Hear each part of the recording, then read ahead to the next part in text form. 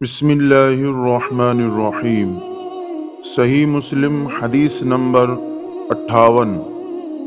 سفیان بن عیینہ نے کہا، میں نے ایک آدمی سے سنا، اس نے جابر سے ارشاد ربانی فلن ابرح الارض حتی یأذن لی ابی او یحکم اللہ لی وہو خیر الحاکمین، اب میں اس زمین سے ہرگز نہیں لوں گا یہاں تک کہ میرا باپ مجھے اجازت دے یا اللہ میرے لیے فیصلہ کر دے، اور وہ سب فیصلہ کرنے والوں سے بہتر ہے۔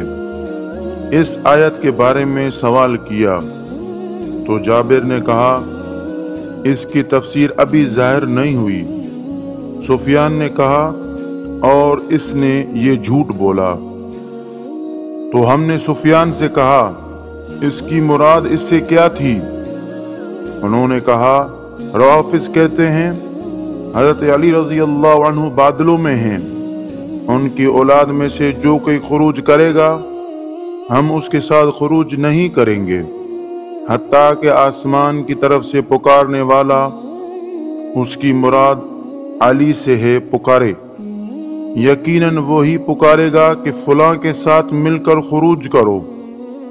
جابر کہتا تھا، یہ اس آیت کی تفسیر ہے اور اس نے جھوٹ کہا۔ یہ آیت حضرت یوسف علیہ السلام کے بھائیوں کے بارے میں نازل ہوئی تھی۔ صحیح مسلم حدیث نمبر 59۔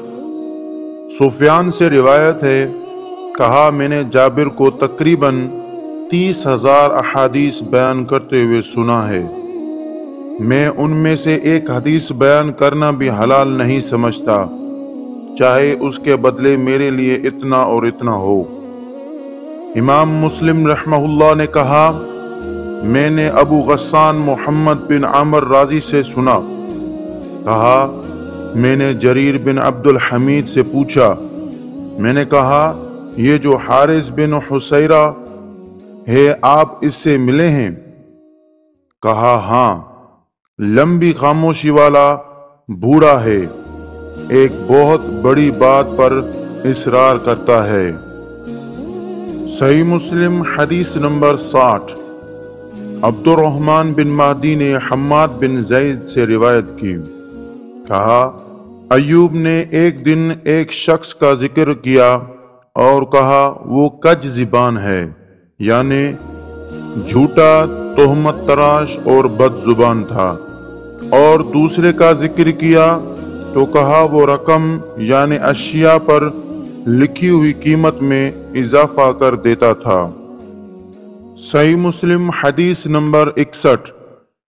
سلیمان بن حرب نے کہا، ہمیں حماد بن زید نے بیان کیا، کہا، ایوب نے کہا میرا ایک ہمسایہ ہے، پھر اس کی فضیلت کا ذکر کیا، اگر وہ میرے سامنے 2 کھجوروں کے بارے میں گواہی دے تو میں اس میں بھی اس کی شہادت قبول نہ سمجھوں گا۔ صحیح مسلم حدیث نمبر 62۔ معمر نے کہا، میں نے ایوب کو کبھی کسی کی پیٹھ پیچھے اسے برا کہتے نہیں سنا، سوائے عبد الکریم یعنی ابو امیہ کے، انہوں نے اس کا ذکر کیا تو کہا اللہ اس پر رحم کرے، یہ غیر ثقہ ہے۔ اس نے مجھ سے اکرمہ سے روایت کی گئی ایک حدیث کے بارے میں سوال کیا، پھر لوگوں سے کہا، میں نے اکرمہ سے سنا ہے۔